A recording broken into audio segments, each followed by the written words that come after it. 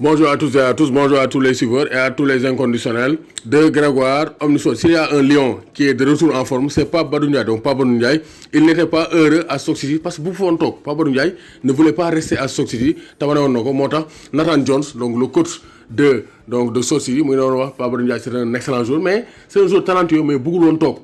te bu bugul toog foofu vraiment donc pour mu def ay performance yu jéggi dayoo esprit d'équipe bi day des moo tax performance aussi da doon suivre moo tax Pape Badou Ndiaye il a préféré quitter la deuxième division anglaise pour aller jouer en première division turque qu'il connaît bien parce qu'il a joué à Osmanispor, il a joué à Galatasaray, l'année dernière il a été champion de Turquie, vainqueur de la Coupe de Turquie. Cette saison il est leader de la Super League turque avec Trabzonspor. Donc pour l'instant en Super League turque il a joué 3 matchs.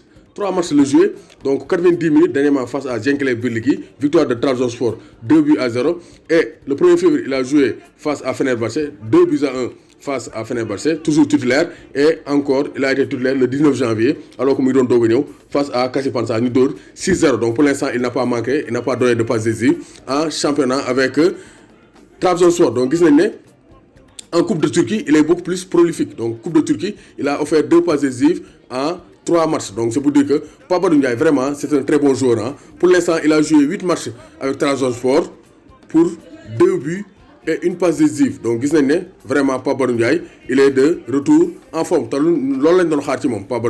On attendait le retour en forme de Pape Badou Ndiaye. Donc, il n'a pas encore manqué de but, mais il a offert 2 passes décisives en 8 matchs. Donc 2 passes en 8 matchs, 2 cartons jaunes. Donc c'est pour dire que vraiment Pape Badou Ndiaye il est en forme. Alors que Stoke City, donc en ce début de saison, joué quelques matchs, joué 13 matchs donc pour 0 passes décisives. Donc il est championship, joué 13 matchs, 0 passes décisives. Fi mu joué 8 matchs, 2 passes décisives. Donc c'est pour dire que limi def bëgg nako te nek na fi nga xamanteni fofu la bëgg nek parce que deuxième division anglaise vraiment il ne faut pas rester en deuxième division. Actuellement ils sont leaders de la Super League turque avec Trabzonspor. Donc ils sont leaders et c'est la bonne guerre hein, parce que Dao il a gagné le championnat et cette saison aussi il a des chances de gagner le championnat parce que il devance donc Sivasspor au classement. Donc Pape Badou Ndiaye vraiment. Donc c'est une satisfaction hein, pour le football sénégalais. Vraiment, c'est une satisfaction pour le football sénégalais. Donc Sivasspor, le premier, 42 points, mais 21 matchs. Pape Badou Ndiaye, donc deuxième, 41 points, avec 20 matchs. Donc, il y a un match en retard. Donc, pour gagner, ils vont donc redevenir leader du championnat turc. Donc, vraiment, il n'y a rien à dire. Hein. Pape Badou Ndiaye, vraiment, c'est une valeur du milieu de terrain sénégalais. Parce que moi, je suis sélectionné l'équipe nationale du Sénégal, mais il a tardé à s'imposer. Parce que juste avant la Coupe d'Afrique des Nations, s'il est imposé au carrément avec le match face au Madagascar.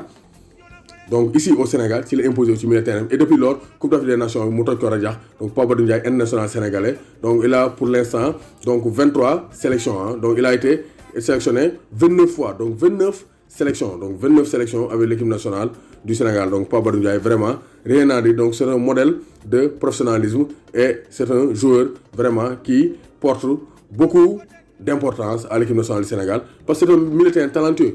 Il a été formé comme militaire relayeur ou même meneur de jeu, mais il est repositionné en équipe nationale du Sénégal comme milieu relayeur ou même sentinelle. Quand il jouait sentinelle devant la défense, c'est le contre derrière. Parce que, pourquoi parce que Pape Badou Ndiaye, il a complété sa palette. Parce que, Boundiak doit jouer, mais quand il est indi Gaynde Ndiaye parce que Ndiaye la centre doomu Gaynde Ndiaye warul tiit warul ragal Toscani Patriolingam di tacler donc di def ay interception di passe vraiment gis nañ ko face à l'Eswatini dernièrement aussi il a marqué un but. Donc c'est pour dire que Pape Badou Ndiaye vraiment c'est une valeur sûre et il est titulaire hein, c'est un titulaire dans la tête d'Aliou Cissé chez les Lions du Sénégal avec Gana Gueye. Donc ñoom ñaar ils font partie des valeurs sûres avec Krépin Diatta. C'est le trio au milieu terrain de l'équipe nationale du Sénégal.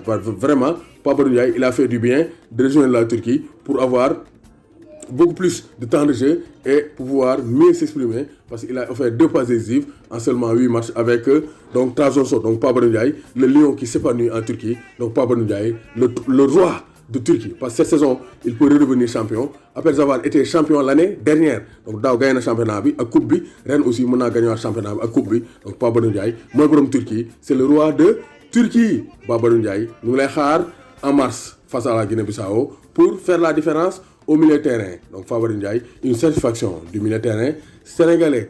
Pape Badou